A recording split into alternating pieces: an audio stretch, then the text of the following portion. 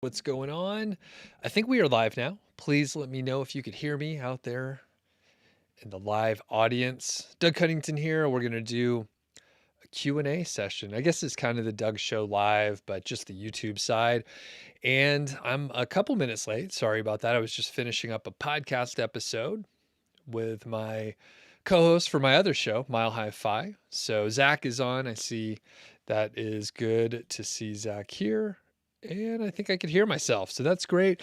Do confirm though. It's always good to double check. It's been a while since I mentioned this, but once I did a live stream and no one was there. This was a few years ago.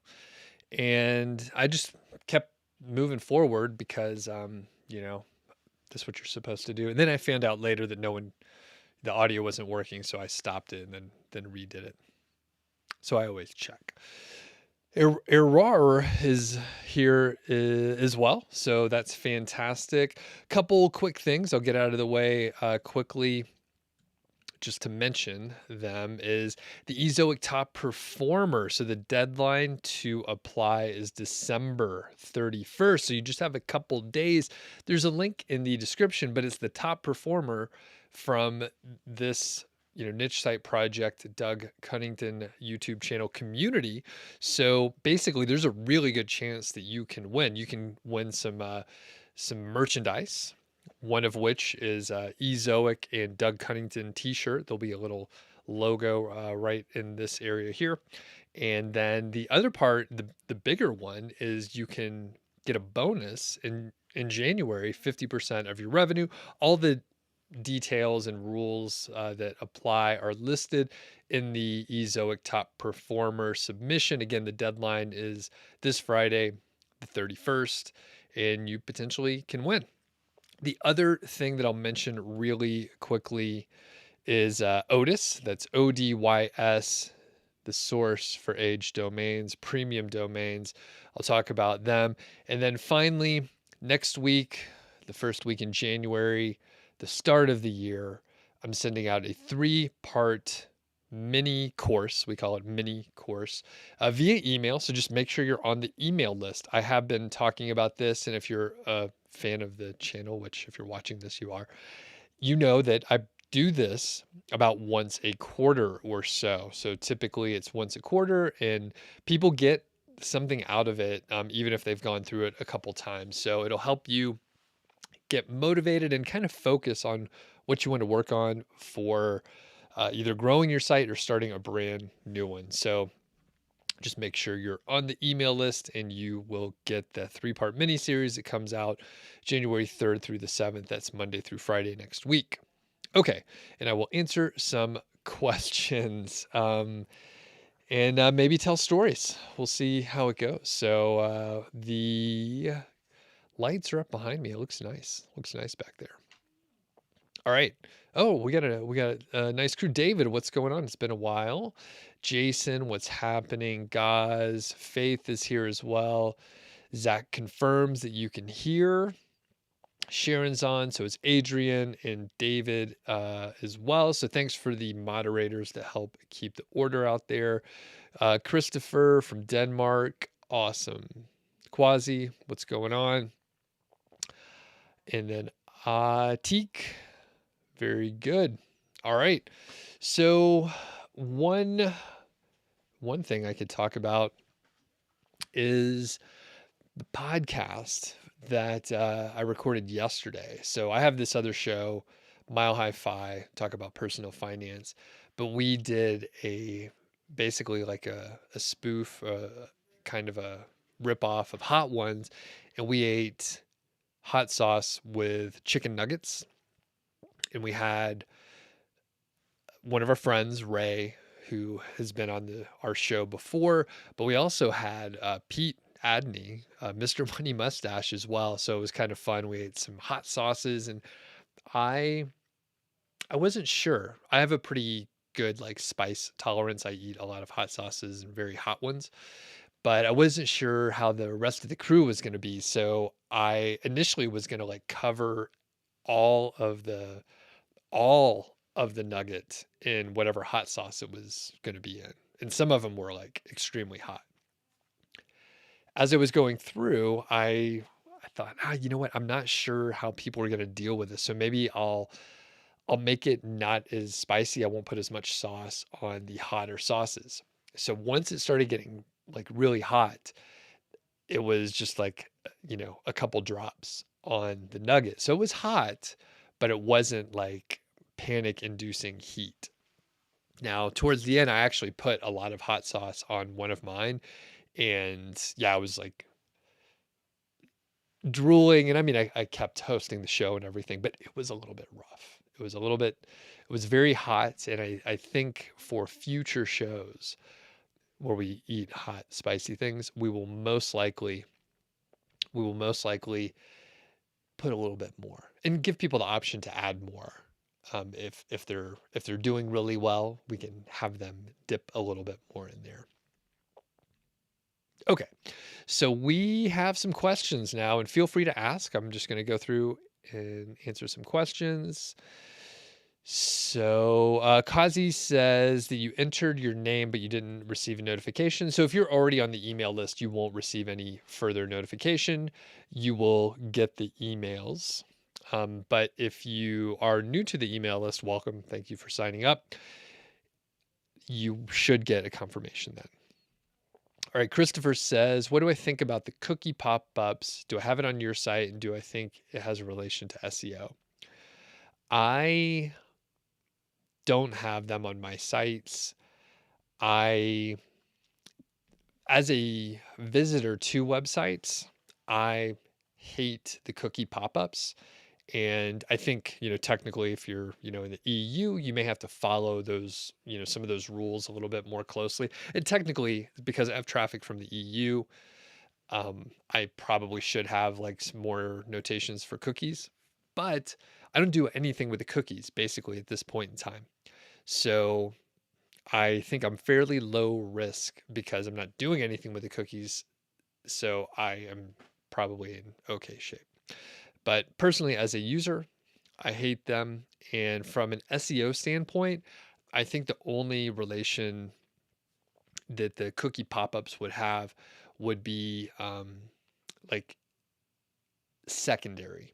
I think it would be if your cookie pop-up sucks and people bounce because they can't see anything on your page, or they try to they try to accept the cookies, but it doesn't work for some reason and people bounce, that would be the sort of secondary effect that people see bouncing. And I'm curious, people in the chat, like if you have any knowledge or opinions on that, let me know. But I haven't looked into it. But like I said, as a user, and when all that shit came out a couple years ago with was it GDPR? It's just, oh, I lost focus there for a second. Yeah, it's just kind of a pain in the ass and makes the user experience terrible. And the fact is, like, our phones are like tracking everything. Like every app like tracks like everything. So it's too bad in many ways. In fact, small tangent, there was someone I met the other day at co-working space, and he had a light phone. Have people heard of the light phone? Basically, it's very small form factor. Um, it's probably like 2/3 of the size of like my iPhone here. And basically, um, it doesn't do anything but like text and make calls. Like you can't do much, and the screen is like e-reader, so it's like a Kindle screen.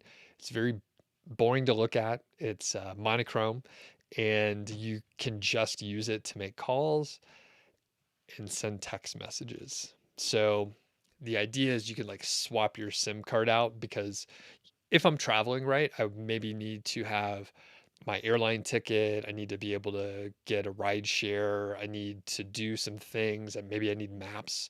So it is important to have a smartphone in some situations, but most of the time it's just distracting me. Like just when I pulled this out, I see that Matt Giovanisi texted me just to drop a name and also plug a couple of videos that I just published.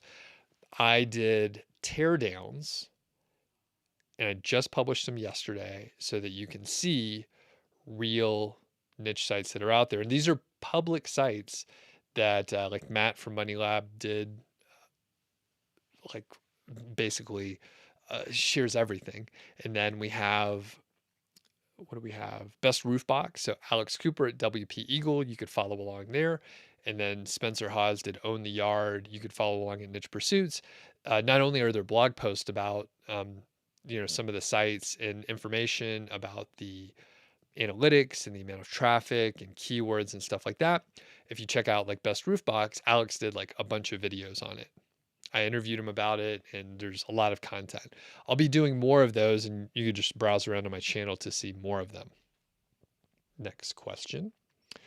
Erwar says, I have a question. I was thinking about how hard it is to get good content and info for articles and products. I speak 5 languages. Wow. So I'm thinking to mix my skills and translate content. I think it's a great idea. And, the fact that you could speak 5 languages is outstanding, so impressive. And I think you definitely can use those skills to go to different markets that have less competition. So really great idea. And I mean, you should be able to make that work pretty well. Oh yeah, Quasi, I think you sent this email in. How will Web3, and you're implying metaverse is the Web3, how will that impact Amazon affiliate blogging? Blogging will end, question mark, how much time is left? I am not worried about it. I think there could be a small impact, but some people want to like read whatever it is they're consuming. Some people like YouTube and they want to watch video reviews on things. As far as blogging ending, I don't see that happening. The format may change a little bit. So depending on the audience, some of the written word may end up being like a social media post, like on some other medium, for example. But the written word has been around for a pretty long time, and it should be around for a long time as well. So I wouldn't worry too much. I think any of the questions or any of the thoughts around like such and such is dead, will blah blah blah, and how much time is left. I mean, I'm not really worried about any of those things. The the thing that becomes more apparent is if you develop skills in a certain area, usually those skills, hopefully, if you're picking your projects well, they should transfer to other areas.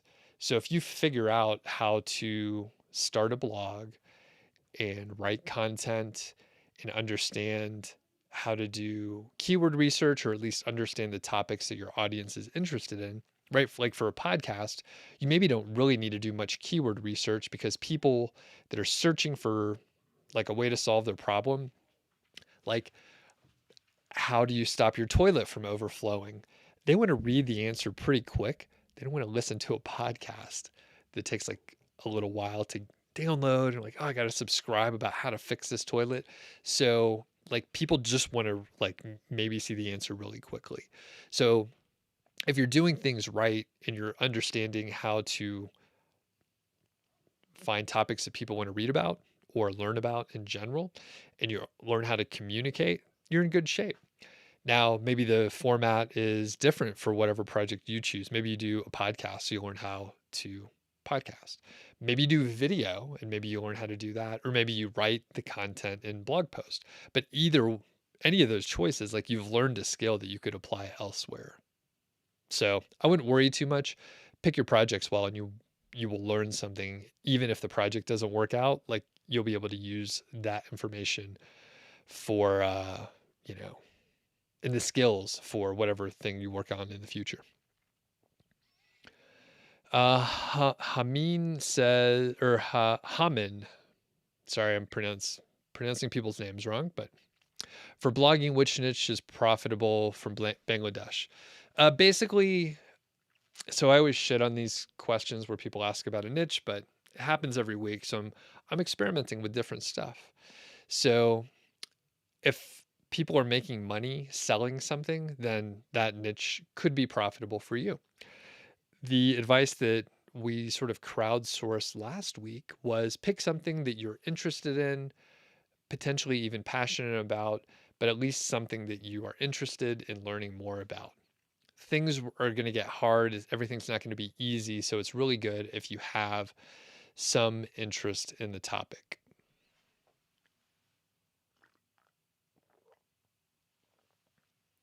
Next, Zolkwernon says, if I want to start a general blog in which I can explain different topics instead of products, what would I recommend in terms of choosing a domain name and topics and blog posts?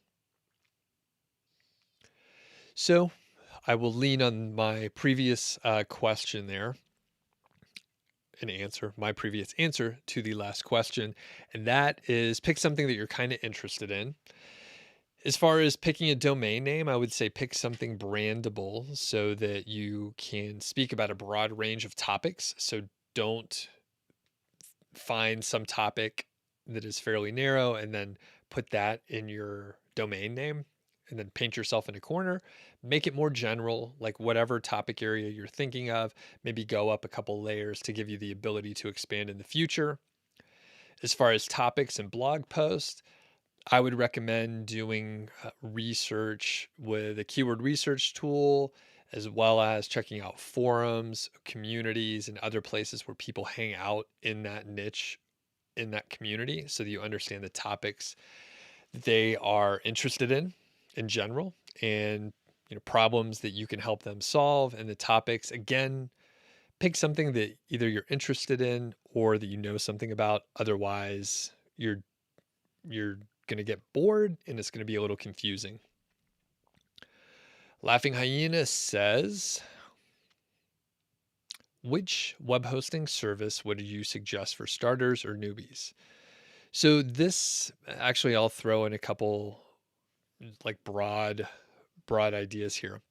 I use SiteGround and MDD hosting. I think there might be a link in the description. I am an affiliate for both of those. Actually, I don't have a link. Oh, I have a SiteGround link. So both of those are fine. I have two hosting companies that I use. Those are the two. SiteGround is in there. Again, I'm an affiliate, so I earn money if you use them. But here's the truth. It doesn't really matter. Like web hosting, it's a commodity. Who gives a shit? It's probably all on Amazon Web Services anyway. So it doesn't really matter as long as it works. The big thing is like having a good support team. So if you have an issue, they can help you out. So that's one of the big differentiators. But generally, it doesn't really matter. You could just pick one and it will be fine. I'm happy with SiteGround. But honestly, like most of them are pretty much the same. I know that there's a couple companies that own like the majority. It's a conglomeration. And yeah, you can just pick one, move forward. It doesn't matter too much. Faith says, I want to start a new blog in the UK. What's your advice? Do it. Go for it. Yeah, if you have a more specific question, let me know. But generally, I would say start something. Yeah, that's a great idea. All right, Solomon says, oh, I saw this earlier today. I don't think it was used specifically, but I want to start a blog and I will use AI writing. Will it be worth it? I don't have money for writers. I doubt it. To be fair, I have not used any of the AI tools extensively. I tested them quickly, maybe several months ago, maybe up to a year ago. It was kind of bad, and I thought, this sucks. I'm not going to use this until they get better. And I have heard that some people have had good luck with some of the AI tools if they really baby them and like give a lot of input information. So like most things, if you use the tool properly, it probably can work okay. Generally though, I would say if you don't have money for writers, you should just write it yourself. So there's no free rides, unfortunately. So if you use the AI tool and you're like, oh, I could really pump out a lot of words and you're paying a, low price to use the tool, it's probably bad content, to be honest with you. Another question about metaverse. How will it impact websites? I don't know. Little to none in the short term, maybe more in the future. I cannot tell the future, so I don't know. And it's kind of to my point before, it's kind of a waste to worry about that kind of thing. Work on projects that will have benefits outside of whether they are specifically successful or not.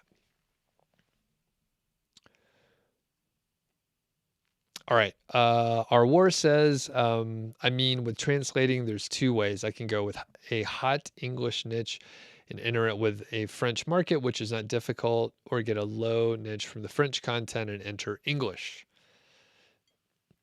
Cool. Yeah. Either one of those is fine. Are you asking which one to do? And this is one of those where, number one, I haven't done it before. But even so, it's one of those things where you will just have to pick one, whichever one you think is going to perform the best. And there could be two ways to look at it. So maybe this is the helpful part that I can interject. Maybe one of them has the potential to be bigger, but it'll take longer to get traction.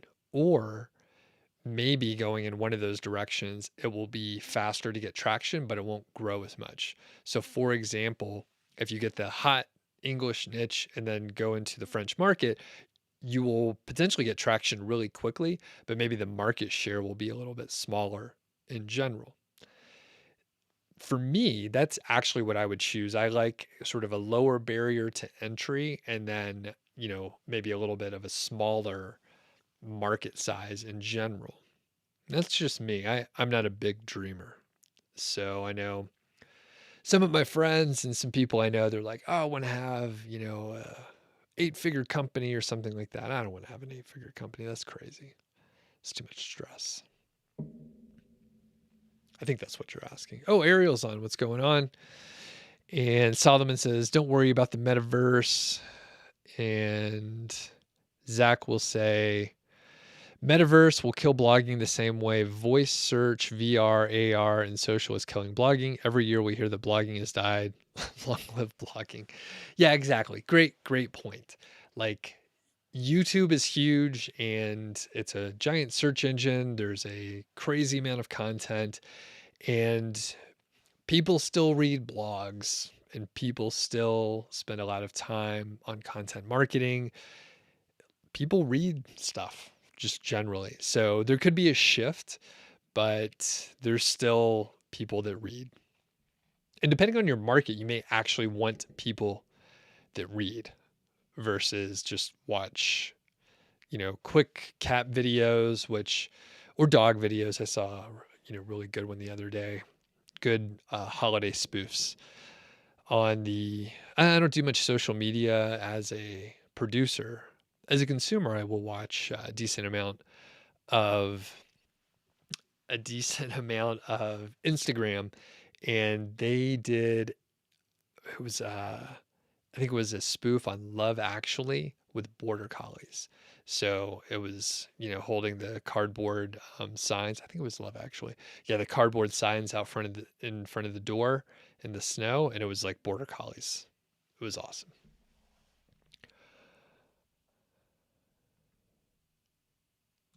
Laughing Hyena says, the blogs that you tore down recently all have niche keywords in their domain and all sold for good money. Is it necessary to have a keyword in the domain?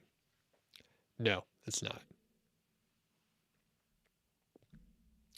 It is not. It's good to have something brandable. So actually the ones that I just tore down, and if people are just joining, I just did 3 teardowns, published them yesterday. Please have a watch and leave a comment. If you want me to do more of those videos, like leave a comment, like the video. If you're not subscribed to the channel, subscribe. In fact, if people are watching this right now, hit the thumbs up for this video. just to help my ego. I just liked it myself, which I mean, I may as well like it myself. Appreciate that. Um, so you could check out those teardowns, but like for example, own the yard doesn't have a specific keyword in there that it's targeting, but it has the word yard in there, but if you look at the keywords that the site's ranking for, you don't necessarily see yard in there. Same for Swim University. It's like pools, swimming pools and hot tubs, and it's Swim University. But the thing is, a lot of the keywords that it ranks for are not necessarily related to it. So in Best Roof Box, I would, generally stay away from that sort of branding. Like you are painted in a corner generally. Yeah, sure, Alex made good money, but if you look at, for example, Swim University, if you look at how much that site's earning versus the how much like Alex earned, it's completely different, right? It's a completely different project. It's a completely different way to look at the business. So best roof box, very narrow focus, great to get a site rolling, flip it, earn some money. Swim University from, Matt Giovanisi, that is like a big brand. There's physical products, there's digital products, there's a whole YouTube channel with over 100,000 subscribers. And Matt outlines all this stuff as well. So if you check out my quick teardown, you could follow back and see like the earnings per category. And if you study Matt's material on his blog, then you'll see that he's been working on it for, many years. He started it a long time ago and it really took off, I would say probably in the last three or 4 years. But I mean, the site was around for a long time. All right. And Ariel says, how do I become a student, Doug? Is it standard with your course? When you say student, well, yeah, if you enroll in the course, then you're one of my students. And that's generally how I define it. Occasionally, some people say, hey, I'm a student of yours, but they just mean that they have watched my YouTube videos, which I appreciate. But per my definition, like the students are people that paid me money and then you could email me. But is that what you mean? Generally, Ariel? All right, I'm getting behind on questions. It's great. All right, Quasi says, how to ascertain the number of articles which can be written on a micro niche before starting a blog. So during the niche selection phase. So I cover this actually in my course, but I could tell you exactly how I look at it.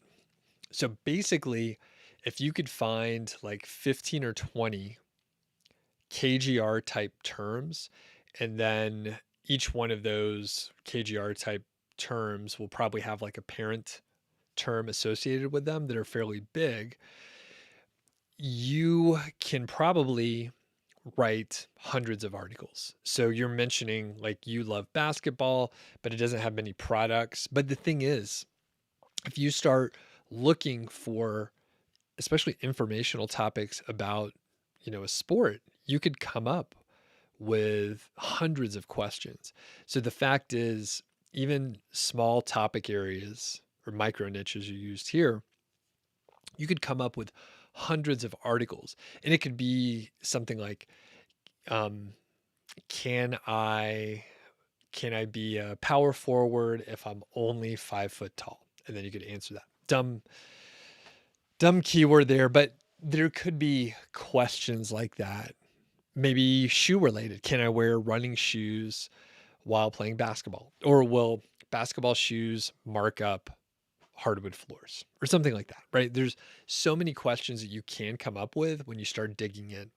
So as long as you can come up with a handful of keywords that are actually getting some searches, you should be able to find more keywords than you will probably be able to write. Even smaller topics than you think. Usually there's a fairly big audience out there.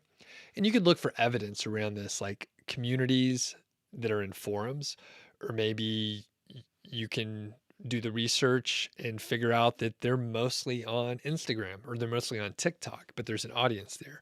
So if you if you spend the time and find out where the people hang out, you can come up with a lot of different topics. And if there is a community, you almost certainly, especially like a forum, you should be able to come up with a lot of topics. Saeed says, for keyword research, I find some keywords limiting, like if I wrote how to ride a motorcycle multiple tipples in a blog post, it will be weird. How to remedy that? I'm not 100% sure what you're asking. I think you're just saying how to not keyword stuff. And the answer is use different phrases. You can use synonyms. You can shorten.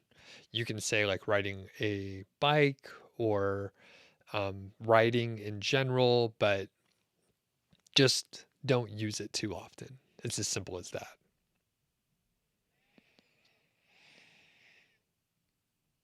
Oh, Chris, what's going on? Nice question. Yeah, happy holidays as well. The favorite gift that I gave this year. I'm trying to think. We didn't do as big gifts this year, but one of them. So I know I'm pointing at something that I am wearing. So this is one of the Melanzana hoodies. Where's the little logo? Melanzana is eggplant in. There's a Melanzana there. Eggplant in Italian.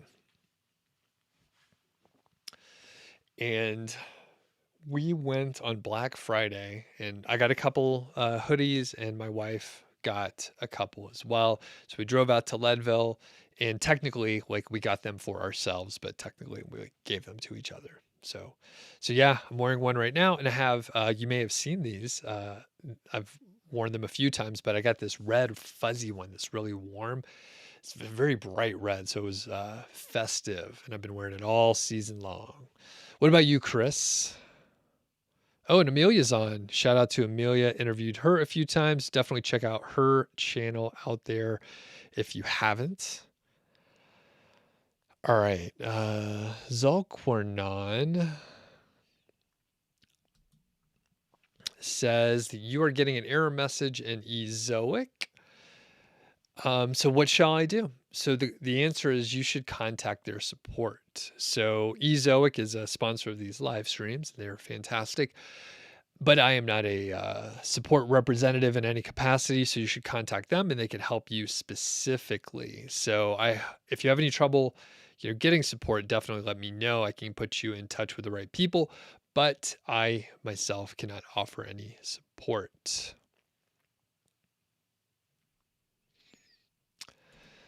Quasi says, do some giveaway program. Yeah, I don't do many giveaways. And Bill says, Bill, what's going on? I missed your usual Black Friday live and resource page this year. Did you just enjoy the holiday for a change? That's right. So I think I did a live stream that week. And at that point in time, I think I was just like, you know what? I'm not going to sell anything. I don't think I sent out an email. And I was sorry, the focus here. Every now and then it hits those lights behind me. Hold on. I want to turn off the autofocus, but it's far away. Can't reach it.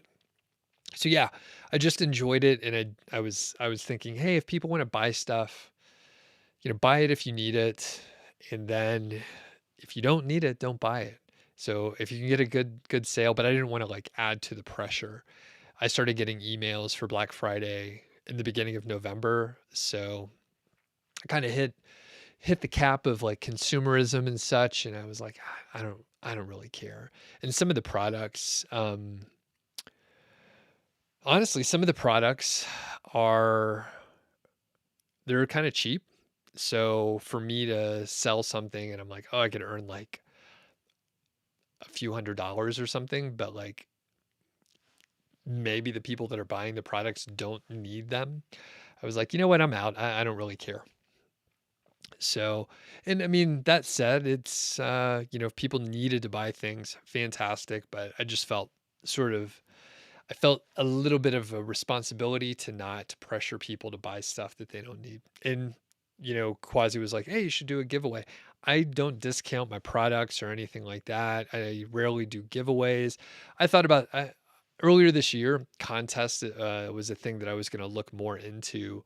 But number one, I didn't want to put the time in. And, one of the issues with doing giveaways is it attracts a lot of people that want free shit. And, well, I think you can do the math there. Jamie, what's going on? Good to have you on. Hey, we got a nice crowd today. I think earlier in the day is better, apparently. So maybe I'll have to swing these around.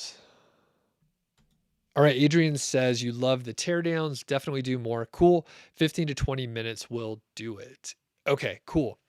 I have a couple ideas. So some of the other teardowns that I've done were longer. I can't remember. I need to look back, but I feel like they were in the 15 to even 25-minute range, and sometimes I rambled on a little bit. I'm probably better now than I was when I first did those teardowns, which I think some of them were in 2016, 2017. I should be much better now after doing this for a few years. So I will probably experiment with doing some longer ones, as I've done, frankly, a less good job on providing what people want on YouTube for a lot of the year.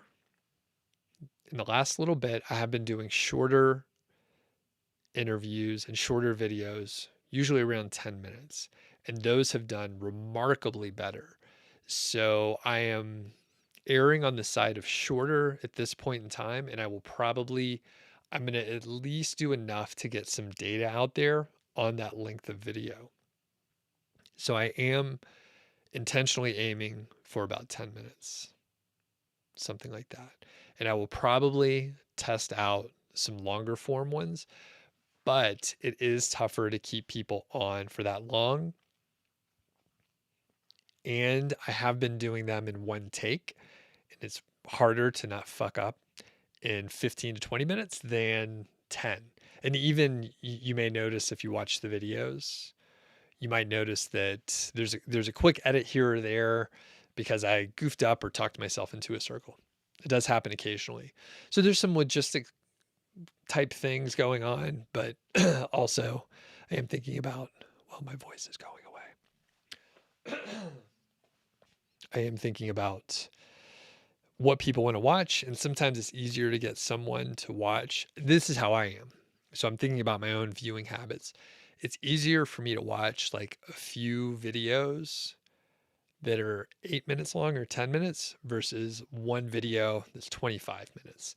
So I'm betting on the slightly shorter videos, which goes completely opposite. Like I said, this year, I mostly published videos that were long form interviews, and it is really hard to get people to watch those. It's just the core people that are really interested in the content. What's going on? Good to have you on. And Ariel says, like Christy is a student. So Christy, that's a special situation. So one, she was a student in my course, but she was also a personal friend that I knew, and I knew that she was going to, follow through on everything and like generally be successful. I started interviewing her like in the very beginning. So generally, like Ariel, if you want to pitch, you could shoot me an email, let me know what's going on with you.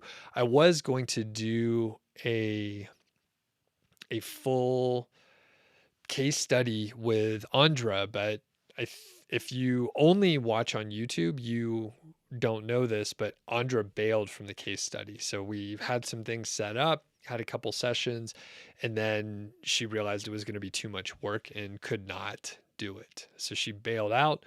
So there was a video probably in the last month that I published where we announced, hey, we're going to do this. So definitely feel bad about, backing out there, but people do seem to enjoy the sort of longer term case studies in general.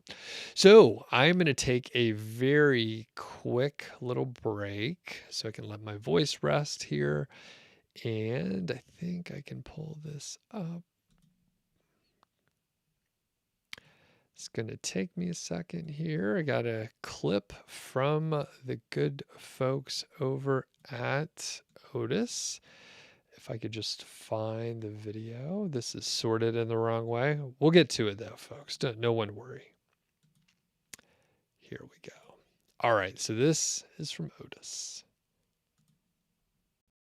Odys is the source for premium domains. That's ODYS, that's Odys.global.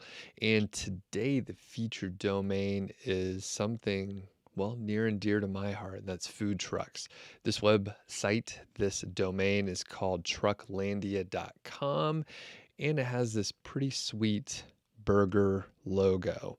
It has been around for a little while, about 7 years, and you can kind of check out the history of the domain. This is part of the information that you can get over on Odys, just looking through the marketplace and such. But of course, you can head over to a spot like the Web Archive, the old web crawler out there, and see what's going on the Wayback Machine. It has quite a few links. We're actually going to go a little deeper, have a look over at the Hrefs dashboard, and it was created in 2014, and that gives it some age. So what we're going to take a look at is over on Hrefs here. So we can see there are 119 referring domains. I think there are about 100 or so do follow referring domains. Of course, the site hasn't been around for a little while. You can see where the traffic like dropped off right here at the beginning of 2021 or right at the tail end of 2020. But the thing is, like, we're looking at the organic traffic right here, and you can see very clearly that the organic traffic was not just sort of growing over time, but it was pretty healthy. It was kind of on an uptick. And if we scroll down and look at the organic keywords, it did have some ups and downs when you're looking at the sort of core, like 11 to 100 positions here. However, when you dial it in, of course, there's not a huge number of keywords that it's ranking for, but it's fairly stable for a long period of time here. And if we take a look at the specific pages, the best pages by incoming links, you can see a lot of the links do go to the home page, as you might expect. But there's also a couple other areas like the food truck section and the events. So I think it'd be a very interesting site to, build more on. And I think if you had a food truck, or if you're into the genre, you probably could write a lot of content. You potentially could have reviews on food trucks. I not only like to eat and cook, I love going to food trucks specifically. And I personally, what I would do, because I'm so into travel and food trucks, I would potentially travel to cities, check out the food trucks. You could expand, I obviously like YouTube and video. You could expand it out and actually interview the food truck owners or food truck investors. You actually could go on the business side of it as well. I have a couple friends who build out food trucks, and then they rent them to the restaurateurs or the food truck owners, or the essentially the cooks and the chefs that want to run the food truck. So they simply build up, my friends build up the fleet of food trucks and have them ready to go, and they can rent them out to the small businesses. So it's a pretty cool business model, and you actually could branch out into areas like that, or at least interview and talk to the people like my friends who run businesses like that. So quite a bit of capability when we hop over to the do follow referring domains. Again, there's 100 of them here. So there's eater.com. It looks like there's some different news stations, 11 Alive, which I believe that's out of Atlanta. I remember that station. So a lot of news trucks, a lot of different, not news trucks, a lot of different news stations. I think some of them are probably TV, some are probably radio. and a lot of them seem to be centered around Austin. If I'm just like scrolling through, I see several of them mention Austin, and they have a great food truck scene. So definitely worth checking out, especially if you're into the topic area. And before I finish it up, I would say you could potentially go have a look at what Pat Flynn did with, I think his site was Food Trucker. And I remember this specifically because Niche Site Duel 2.0 was what got me started doing this kind of work and looking into niche sites and affiliate marketing and digital marketing in general. And that was probably around 2013. So you can see what he did to build up that brand. And I think he even started a podcast around food trucks. And the thing is, anyone running a business loves to get some sort of press and have people talk to them about their business. So it'd be really easy on trucklandia.com to interview companies. You could potentially do that outreach through social media. I know a lot of food trucks are very active in that area versus other spots. They may not have a website that they update all the time because it's kind of a pain to go do it, but they may have like a Facebook page or something on Yelp or wherever their social media is located, and you could reach out there and really have a nice dialogue, do interviews like I said, and really build out the content and potentially get a lot of social traffic through that outreach. So thanks to Odys. If you join using my affiliate link, you can get $100 in your account, which I greatly appreciate, and I can earn a commission. So thanks to Odys. All right, I'm back, and I think I'm in focus. I put it on manual mode, so we should be all right. Let me know if I'm out of focus or anything. I see there's a lot in the chat, so I'm just going to blast through here. And thanks everyone for hopping on today.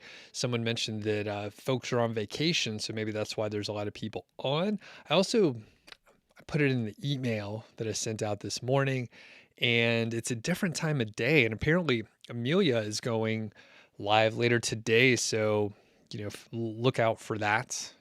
You could hop over, and I guess like in a few minutes here. So probably when I finish up, you could hop over and keep watching with Amelia. We see Annis is here as well. All right. As I scroll down, we're catching up. Quasi says, how many times have you failed since the beginning? 100 times. Fail all the time. Definitely have failed more than I have succeeded. St. Ainsley says, are domains that somebody has held for a few years but not used considered aged and worth more money? No, not really, unless there is like some specific branding that you want. And, the deeper part of your question is like if the value comes from using the domain, yes, that's it.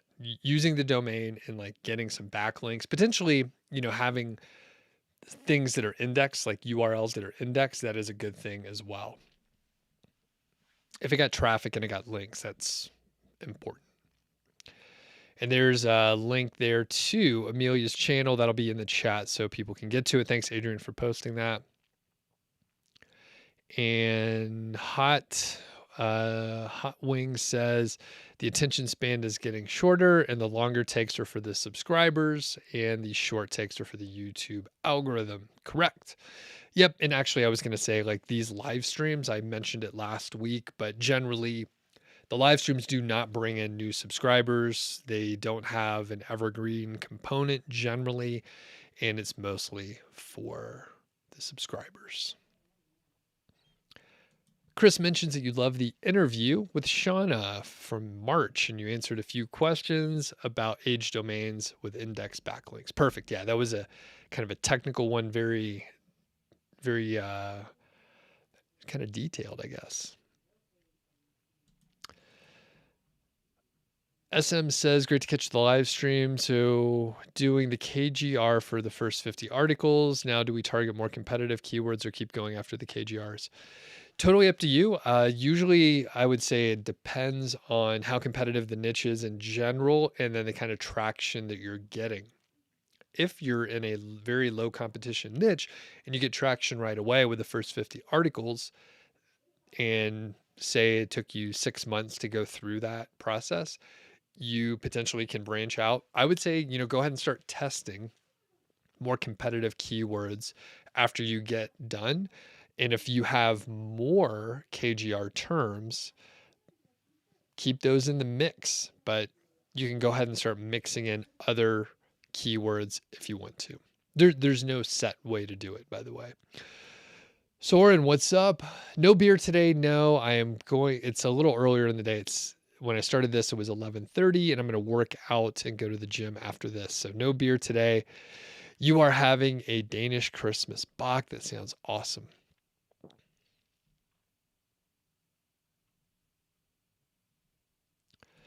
Meme says, share some specific tips which exactly works. Nothing works 100% of the time. You say a silo structure, linking, many more. What exactly tips? Oh, you ask like 8 times. So basically, you should go to the blog, go to nichesiteproject.com, and you can look at the FAQ section. And usually that'll like shed some light on things. I have a post on silos, and since you asked the question a few times, I don't like it when people ask like 5 times in a row. So I'll be a jerk here. Basically, this is a stupid question. This is a bad question because it's like saying, can you give me tips on how to write a good book? It's like, you're coming from a place where you want like a bullet point list. So even if I told you like 5 things that would work, there's a strong chance you wouldn't be able to do it. So generally, do good keyword research, write high quality content, get backlinks, and link in a smart way. Not necessarily a silo structure, but just link in an intentional way. Chris mentions that Pat Flynn was the first exposure to niche sites. And yeah, I have a couple interviews coming up in the next week in the next month or so. And like Pat Flynn, Smart Passive Income, perfect gateway. And great question, guys. Always coming in with some of the best questions of the day. So would listening to Pat Flynn's old podcast be useful, or are they not relevant?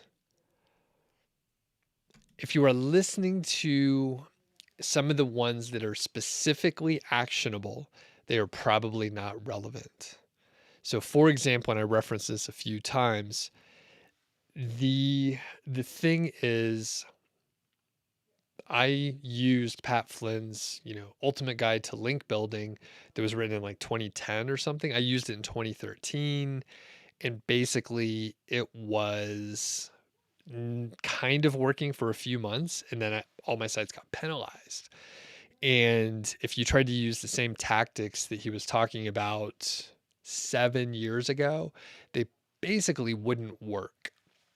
And even some of the guests, right? So I'm thinking, actually, I won't call out a specific guest, but there were a couple shows that I listened to multiple times, and they were about building an email list, course creation, selling courses, and that worked really well in 2015 and 2016. But it wouldn't really work now. And the tools that they mentioned are sort of out of date. And what happens when you have like a marketer on a marketing podcast where a bunch of marketers listen to the things that work, all of a sudden everyone does it and the effectiveness goes down. After there's a large amount of exposure with a specific tactic, a lot of times it will stop being effective. We become numb to it. We become just used to that marketing channel or the way that the information is conveyed. It could be slightly effective if you modernize it some, but generally I would say if you tried to do some of the stuff that Pat Flynn was talking about, like in the episodes that I listened to, it probably wouldn't work anymore. Further, I remember, I think it was I want to say the episode was in the 50s. Like that's how well I remember it. I think Spencer Hawes from Niche Pursuits was on Pat Flynn's show talking about Amazon affiliate marketing. And that's how I stumbled upon Niche Pursuits and met up with Spencer and all that stuff. So that's how a lot of my podcast listening happens, and new shows are discovered because people are guests on other shows. So even those specific tactics around Amazon affiliate marketing, like a lot of those probably wouldn't be effective these days. And actually that could be an interesting video where I like go back to some of the early content that I used and just go through and say like, oh, this is how it's changed from like the last, several years. Actually, that's a great idea because I'm supposed to be on another show sometime soon. I won't announce it or anything in case something falls through, but I'm supposed to be on a show soon where I will be able to talk about how affiliate marketing has changed over time. And some of it is timing, a lot of it is tactics, and the whole landscape has really changed. All right. Very Great Software says, I want to tie a programming blog to my YouTube channel. Are there ways to monetize besides courses, info, products, and ads? I feel like it might be a hard niche.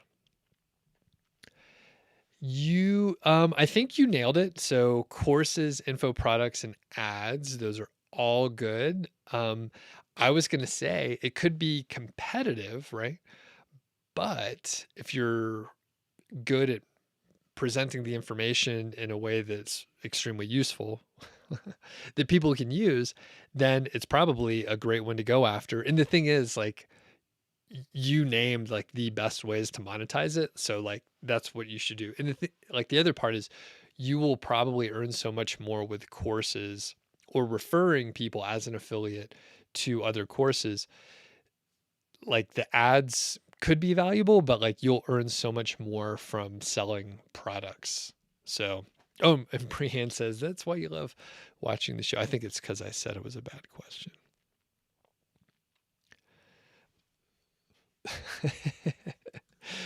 And Duke says, what works? Work works. Go write 100 articles. You have an 80% chance that will work 10% of the time. Yeah, go for it. All right. Yeah. And people, people like it when I'm a jerk sometimes. Okay. So I think we are reaching the bottom of the hour. We've been rolling here for a bit. So I'm going to finish up the questions here. Thanks everyone for asking. Duke says, have I ever seen where the ranking average increases in the Google Search Console, but the impressions tank? If so, what do you diagnose as the problem? Yes. Okay.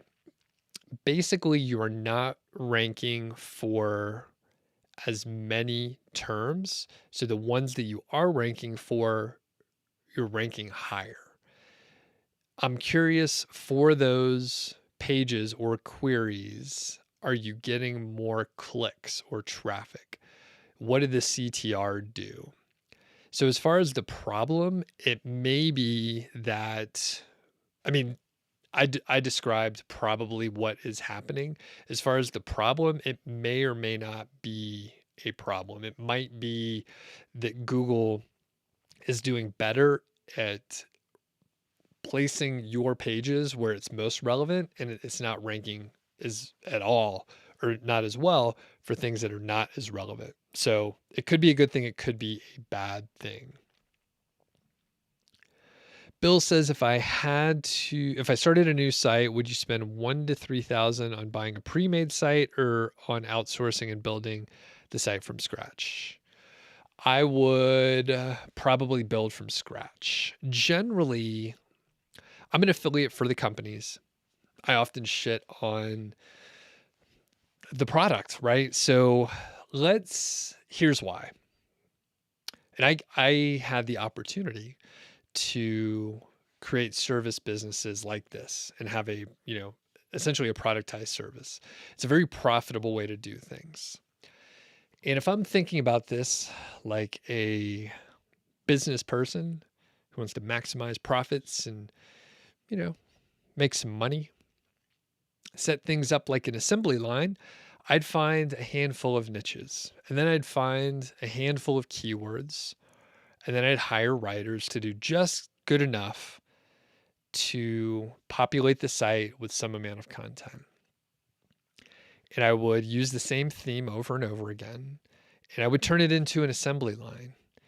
And the thing is, you could have different keywords for each site, slightly different so they're not identical, different logos, make them just different enough so that you're not reselling the same thing over and over again.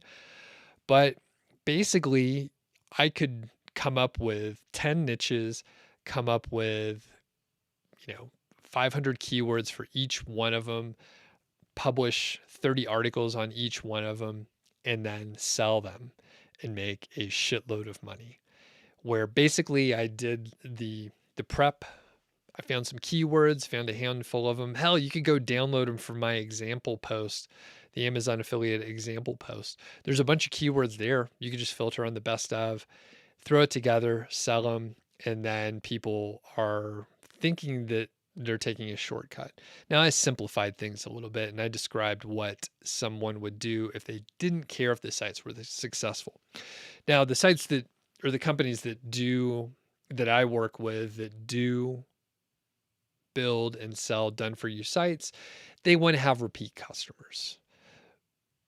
But how do you know if you're working with one of those companies or not? So that was the flaw. And I was like, you know what? I'd rather teach people how to do stuff versus just like using my knowledge to create these sites and then sell them at a huge multiple.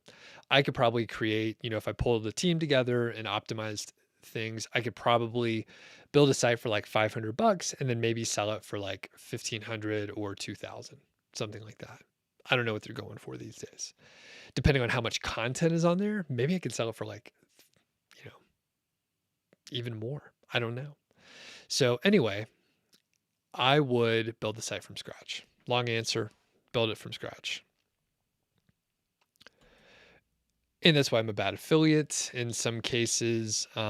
But eventually, people want to buy them, right? They want to buy them.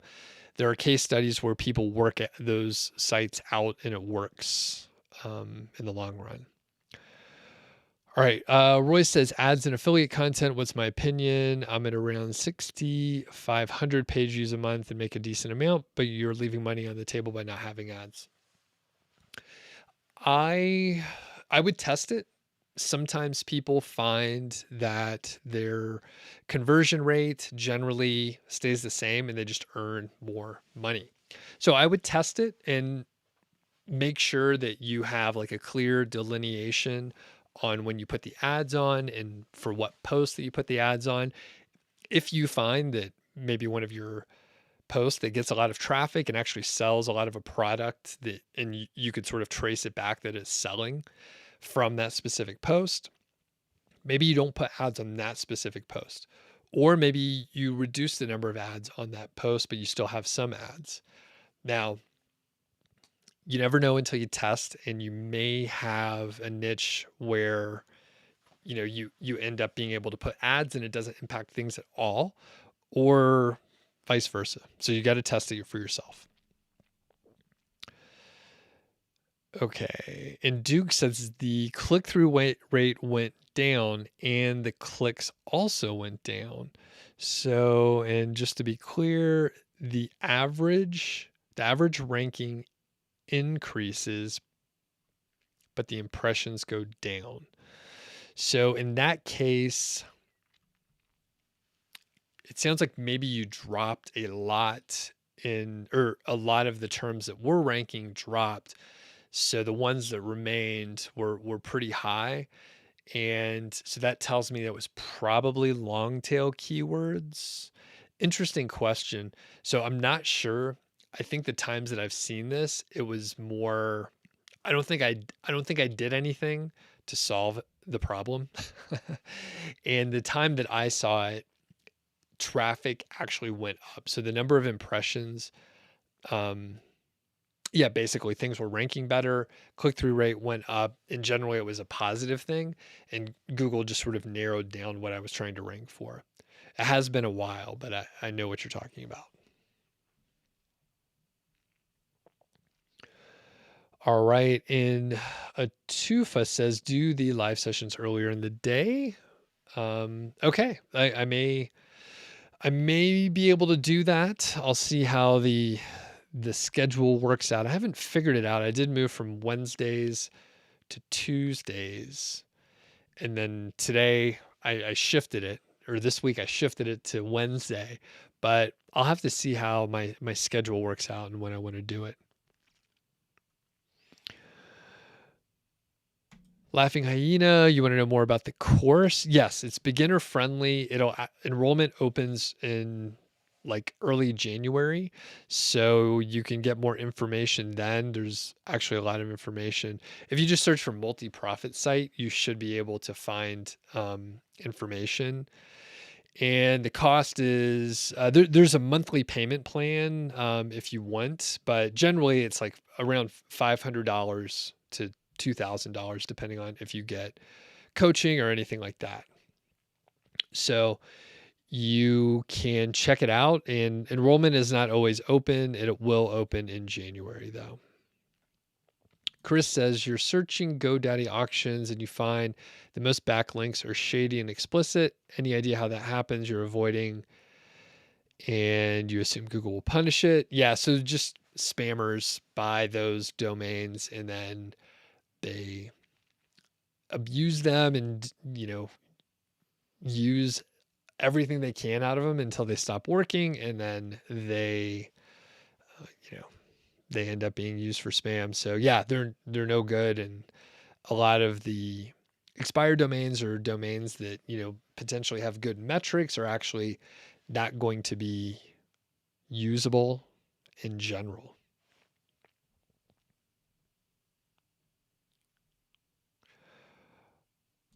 All right. And Duke says, thanks for the perspective. It might have just been, okay. Gotcha.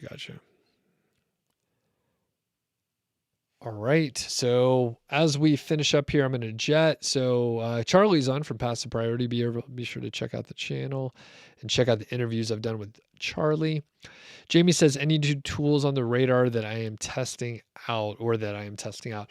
No, not really. I am not.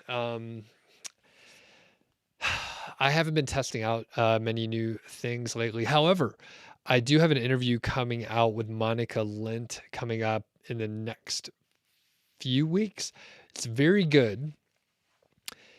You will get some information on how to find which pages on your site are earning the most money, especially around affiliate attribution and that sort of thing. So very valuable. It is mostly useful. Their tool, Monica's tool, is called Affiliate. And like I said, I'll have a full interview with her coming up soon. And Gaz says, can an advertisement above the fold be detrimental to a ranking? Potentially, right? Google doesn't love that. If you Google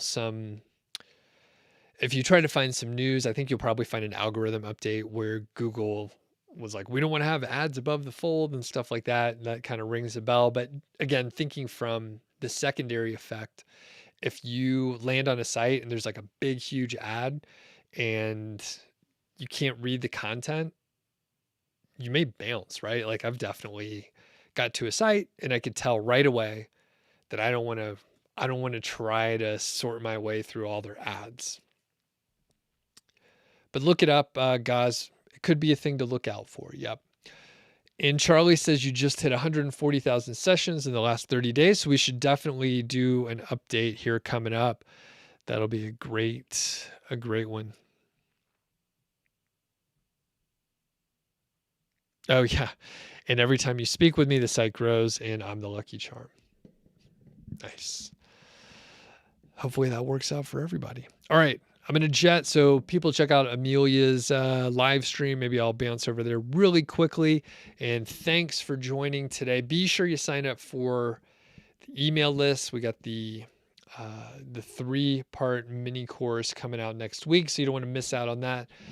Just go to nichesiteproject.com, sign up for the email list, and you'll get that stuff. And check out my podcast, my other podcast. Check out the sponsors, Odys, Ezoic. If you, Charlie, you may want to register for this. I can't remember